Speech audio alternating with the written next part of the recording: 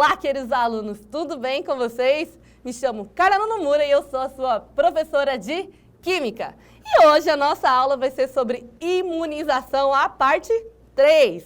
Então, hoje, nessa aula, gente, a gente vai falar sobre esse tema, esse mundo aí das vacinas. E para começar, vamos aqui com um Pense e Responda, que eu tenho certeza que em algum momento da vida de vocês já passaram. Que é o quê, gente? Aquele momento que a gente para e pergunta, vai doer?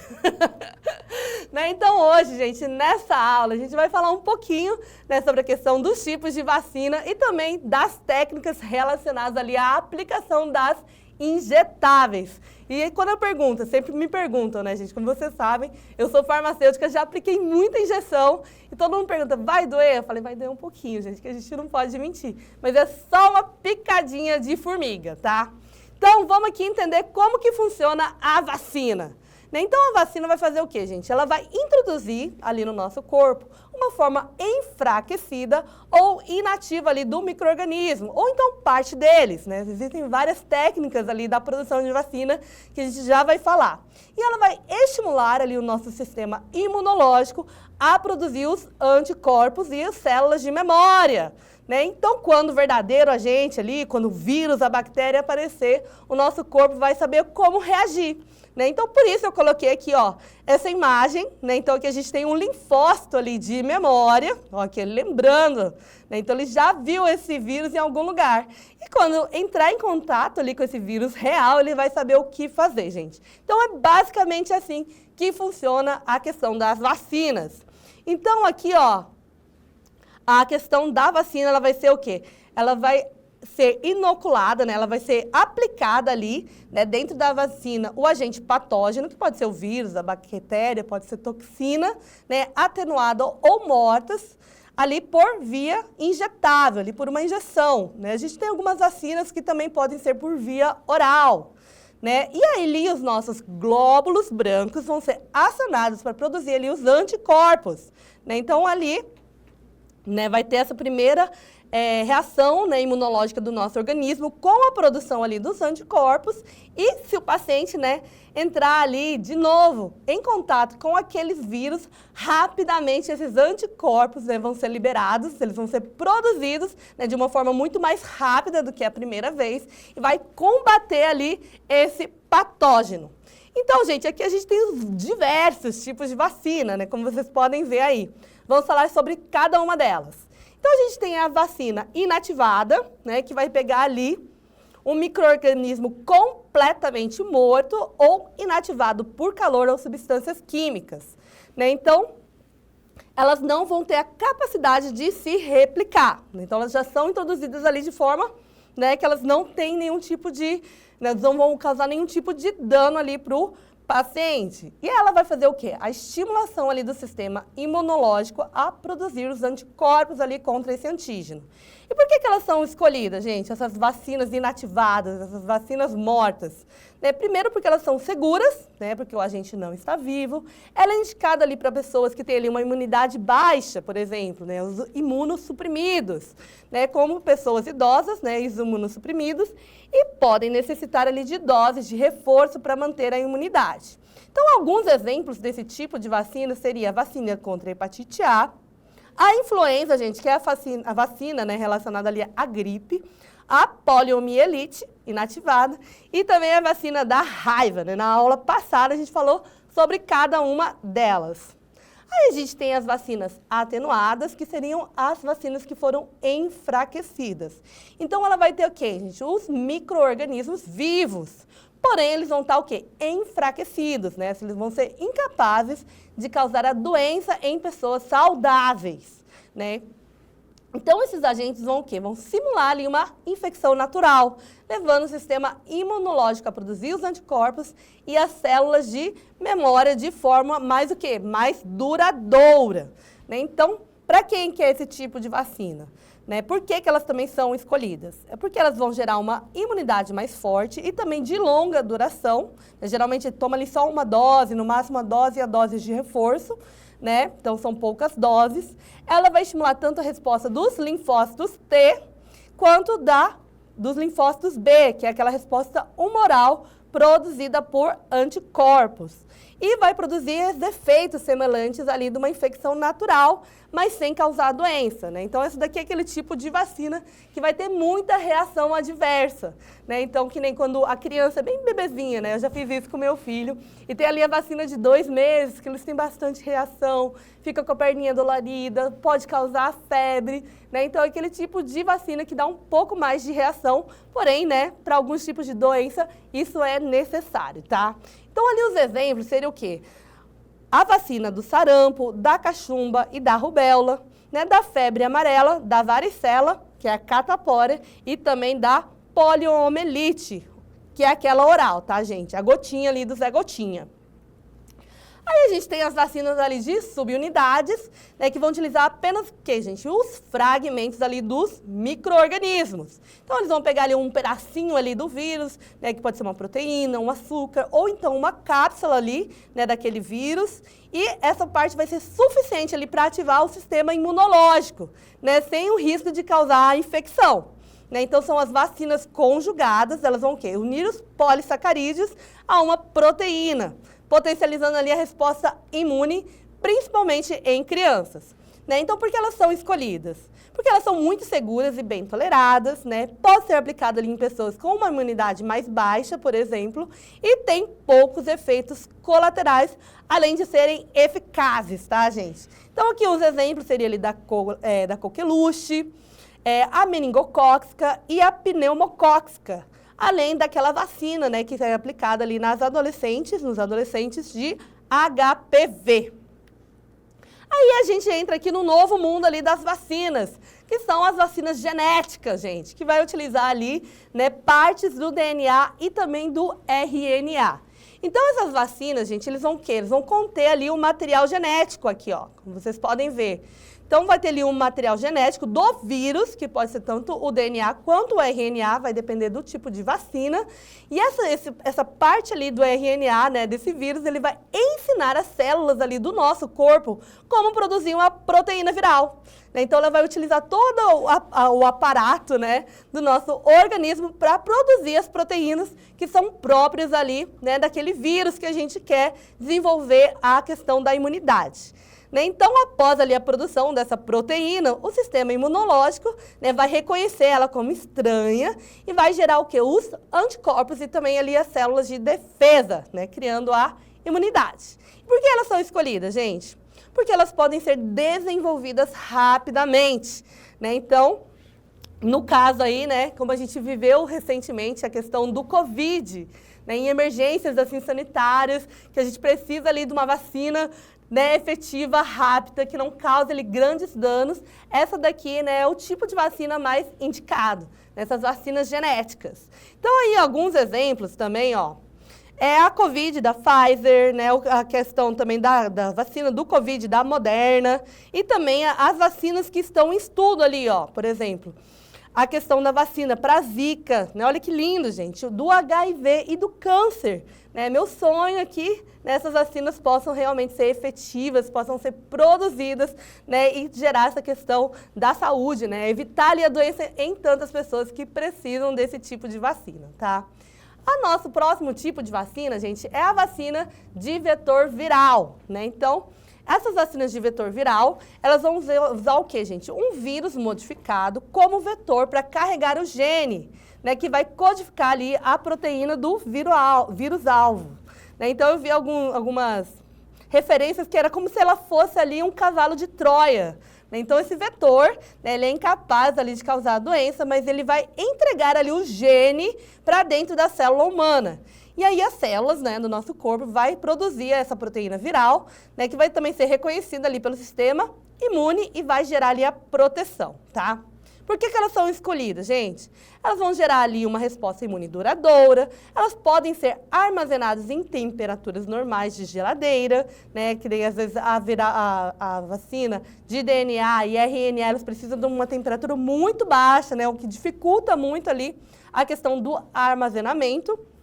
No caso dessas também de vetor viral, elas podem ser ali, ó, colocadas numa geladeira normal, né, uma geladeira própria para vacina, e elas são adequadas ali para campanhas de vacinação em massa. Os exemplos aqui que a gente tem é a vacina do Covid, da AstraZeneca, a vacina do Covid da Janssen e também a vacina contra o Ebola. E aí a gente tem as vacinas toxoides, gente. Então, as vacinas toxoides, como vocês podem ver pelo nome, vão ser vacinas que vão ser produzidas a partir das toxinas bacterianas inativadas. Então, até então, a gente estava falando muito de vírus, bactérias, né? E a toxoide, ela é específica ali para toxinas, né, que são produzidas ali por bactéria. Então, essas toxinas, elas vão também perder ali, né, a questão do poder de causar a doença, né, porque ela vai estar atenuada ou inativada, mas ela vai manter também essa capacidade de o quê? De induzir ali uma resposta imune, né? Então, o corpo ele também vai aprender a neutralizar essas toxinas. E por que elas são escolhidas, gente? Elas proporcionam ali uma proteção eficaz contra as doenças causadas por toxinas bacterianas. Elas são seguras, né, e têm poucos efeitos adversos e vão garantir ali uma imunidade duradoura, porém, a gente precisa ali de reforços periódicos, né? Exemplo aqui, a vacina do tétano e a de difteria. Então, o esquema básico ali, a gente toma com 2 meses, né? A criança toma ali com 2 meses, depois com 4 meses, né? Os reforços ali para ela ir desenvolvendo essa imunização, depois ali com 6 meses, depois novamente com 15 meses. Ó, o meu filho já está nessa fase, né? Ele já vai tomar agora as vacinas de reforço de 4 anos. E aí depois, gente, essa vacina vai ser tomada a cada 10 anos, né? Ou então, a cada momento que ela necessitar, né? Então, por exemplo, a pessoa já perdeu o cartão de vacina e ela está lá andando e pisa ali no prego enferrujado. Você vai pagar para ver, gente? Não, a gente já dá a vacina ali de forma profilática, né? Então, às vezes, a gente verifica lá se está dentro ali do calendário vacinal, mas se não tiver, já aplica a vacina para evitar qualquer tipo de desenvolvimento da doença. Ou então, por exemplo, a grávida, né? Ela vai passar ali por uma cirurgia, vai fazer ali a cesárea, também é indicado ali que durante a gestação ela também tome essa vacina novamente para evitar qualquer tipo de problema relacionado, tá? E o nosso agora, a gente vai falar dos soros. Então, a gente falou das vacinas e agora a gente vai falar do soro, que é uma imunização passiva, gente. Então, aqui, ó, o nosso corpo, né, muitas vezes a gente precisa do quê? De um anticorpo pronto, rápido. Por exemplo, levei uma picada ali de uma cobra super venenosa. E a gente não tem tempo, gente, né, de levar o nosso corpo ali, fazer a preparação, a produção de anticorpos, porque senão o que acontece, gente? Morre, né? Então a gente precisa ali de algo rápido. Então, para isso, a gente vai ter os soros, né? Então, ele é pego ali, ó, por exemplo, o veneno da serpente. Esse veneno vai ser injetado ali no pobe do cavalo, né? Então, a gente pega ali o cavalo que não vai sofrer tanto ali, não com a questão do veneno da serpente, né? Por conta do porte, do tamanho dele, né? Colocado também uma dose bem baixa. E aí, esse cavalo, ele vai o quê? Ele vai produzir os anticorpos. E aí, com a produção dele, é retirada ali os glóbulos brancos do cavalo, né? O sangue do cavalo, vai ali para a centrífuga, faz a centrifugação e o anticorpo ele fica no plasma, né? Então, a partir desse processo, a gente vai pegar ali os anticorpos, né? A gente vai ligar ele, gente, com a questão de ímãs magnéticos e vai atrair somente os anticorpos. Então, a gente retira somente esses anticorpos, vai passar todo um processo, né, de purificação e vai ter aqui a preparação ali do soro, a formulação, né, dessa mistura já atenuada. Então, por exemplo, a pessoa sofreu ali um acidente, foi picada ali por uma cobra, né, a gente já vai ter o soro e já aplica ali no paciente. Então, ali uns exemplos, né, o soro antitetânico, o soro antiofídico, né, contra picadas de cobra e também o soro antirrábico ali contra a raiva. E agora, gente, chegamos aqui na parte que eu gosto, que é a parte da aplicação das vacinas, né? Então, para falar um pouquinho, para a gente entrar nessa parte, vamos falar sobre os tipos de injetáveis, os tipos de aplicações que a gente pode fazer. Então, a gente tem aqui a intradérmica, que ela vai ser bem superficial, ela é feita ali, por exemplo, para testes de alergia. Ela também é utilizada ali para fazer o teste de PPD, para ver se a pessoa teve contato, por exemplo, com a bactéria da tuberculose. Então, ela é aplicada bem nessa parte superficial, ela vai formar uma pápula e a gente vai ver, né, vai definir pelo halo se ela tem ou não ali, né, ela tem ou não essa reação alérgica, ela teve ou não contato ali, por exemplo, com a bactéria da tuberculose. Então, essa daqui é a intradérmica. Aí a gente tem a intravenosa, gente, que é onde? É direto ali na veia do paciente, quando a gente precisa o quê? De um medicamento que tenha uma ação mais rápida, a pessoa está com uma dor muito profunda, está com vômito, né, tá passando por algum problema ali, né, e precisa dessa absorção mais rápida. Então, a gente vai dar essa via intravenosa. A gente tem a subcutânea e também a intramuscular, né? Então, a subcutânea ela é aplicada aqui nessa região subcutânea ali do nosso organismo e a intramuscular, né, como o nome já diz, no músculo. E agora a gente vai ver aonde é aplicada, gente, a intramuscular. E para fazer isso, gente, eu vou precisar aqui da ajuda do nosso bonequinho que esteve o tempo inteiro aqui esperando para o seu momento de brilhar, né, gente? Então, vamos falar dos locais ali da aplicação da subcutânea, gente. A subcutânea, ela é feita geralmente ali para aplicação, por exemplo, da insulina, né? O paciente ali diabético, né, ele precisa ali da insulina para regular a questão, né, do açúcar no sangue e ele vai aplicar essa injeção. A subcutânea, por exemplo, também é utilizado para pacientes imunossuprimidos, né? Então, também já trabalhei numa clínica que a gente tratava pacientes ali que tinham doenças autoimunes e a gente tinha várias canetinhas, né? Que a gente fazia ali para tratamento dessas autoimunes. Ou então agora, gente, que é a injeção do momento, que é o Mounjaro, né? Todo mundo quer ir ficar magrinho, todo mundo quer ir ficar fininho.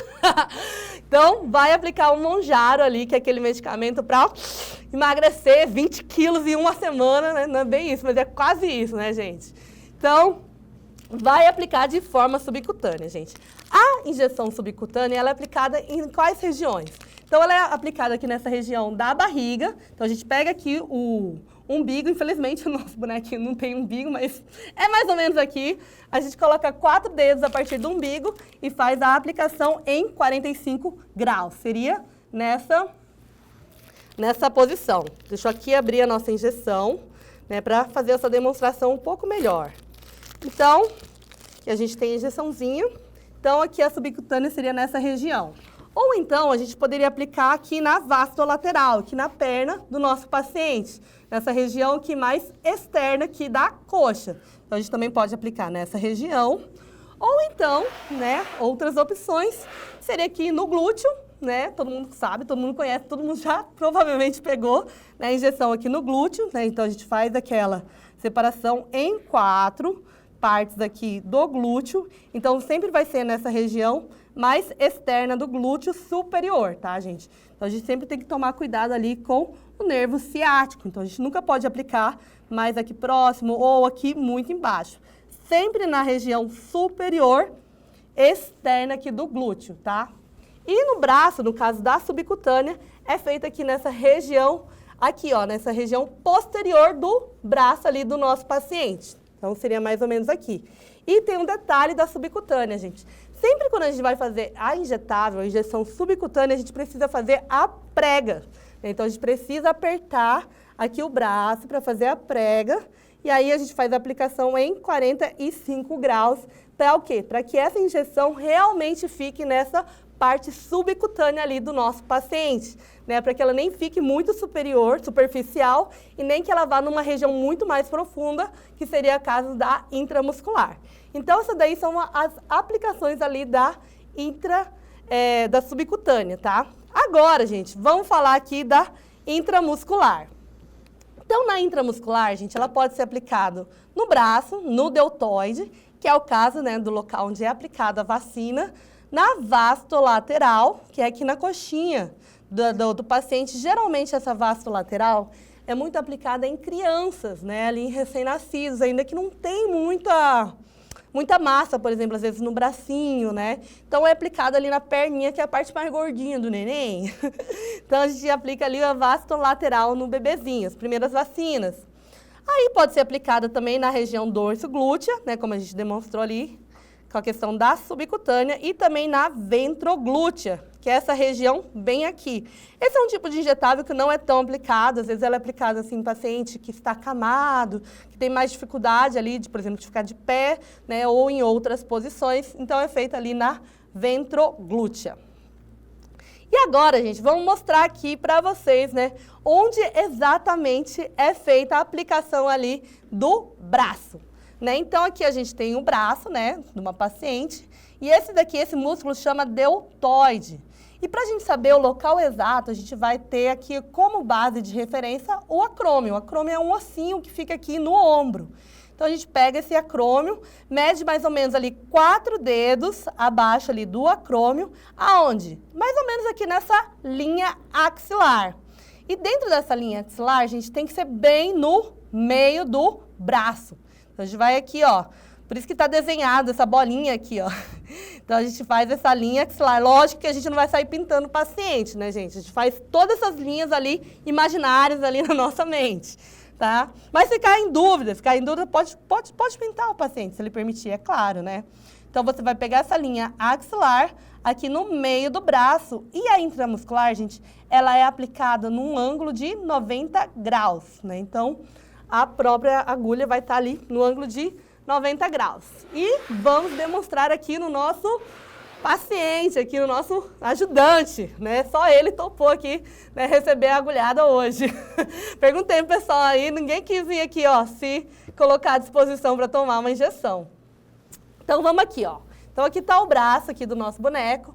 Aqui, mais ou menos, né, a gente sente ali na pessoa o acrômio dela, né, que é esse ossinho aqui do ombro, e a gente vai contar o quê? Mais ou menos 4 dedos a partir desse acrômio.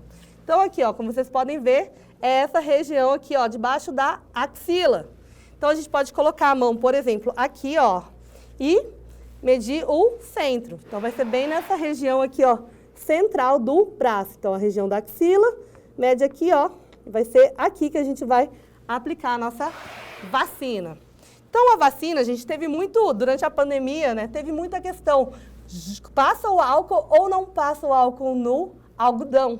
Né, exatamente por conta da questão da questão asséptica, né, para fazer ali a asepsia, para limpar o local. Mas, se você parar e pensar, a gente está inoculando vírus e bactérias para fazer a proteção. Se eu passo o álcool, né, no meu algodão, eu posso o quê? Eu posso matar, né, eu posso destruir ali esses vírus e bactérias logo na sua entrada e eles não vão produzir ali, né, o efeito esperado. Então, teve muita essa discussão, passa álcool, não passa álcool, né? Então, ficou meio acordado que para a aplicação da vacina, né, ia ser só o algodão para fazer a asepsia mecânica do local, né? Não teria asepsia química ali do produto, né, do álcool, por exemplo. Mas para as demais injetáveis, segue a gente ali utilizando o álcool, tá, gente?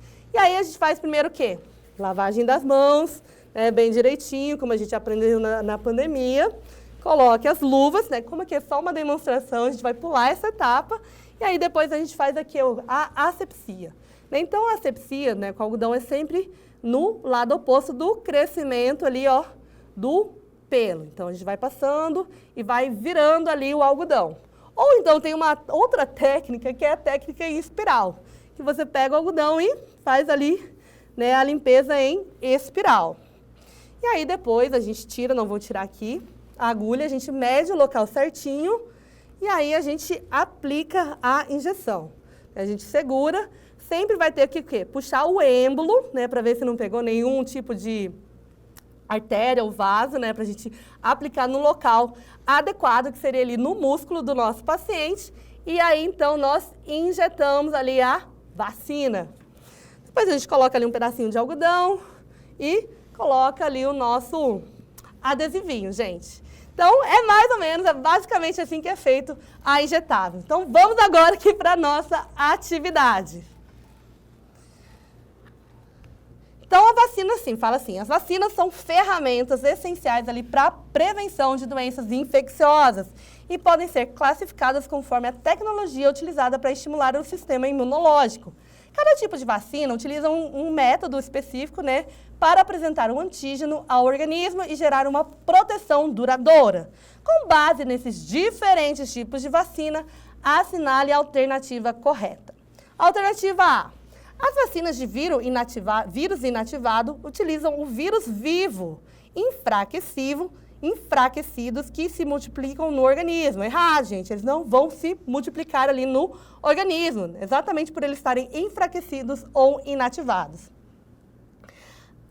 Alternativa B. As vacinas de subunidade utilizam micro-organismos completos, mas geneticamente modificados. Errado, gente. Né? De subunidade são simplesmente partes ali do micro-organismo, não micro-organismo completo.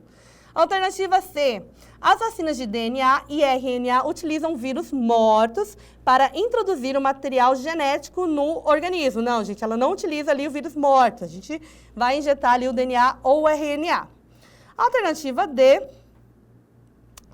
As vacinas de vetor viral utilizam fragmentos mortos ali do vírus para gerar a imunidade sem causar a infecção. Também está incorreta. E a alternativa E, as vacinas vivas atenuadas são compostas ali por micro-organismos vivos enfraquecidos. Muito bem, até aqui ok. Que vão estimular ali uma resposta imunológica forte e duradoura sem causar a doença. Encontramos aqui a nossa alternativa correta. E finalizamos aqui a nossa aula. Espero que vocês tenham aprendido um pouco mais aí sobre vacina, né, nessas nossas últimas 3 aulas e aprendido mais um pouco sobre a questão dos injetáveis. Um abraço para vocês e até a próxima!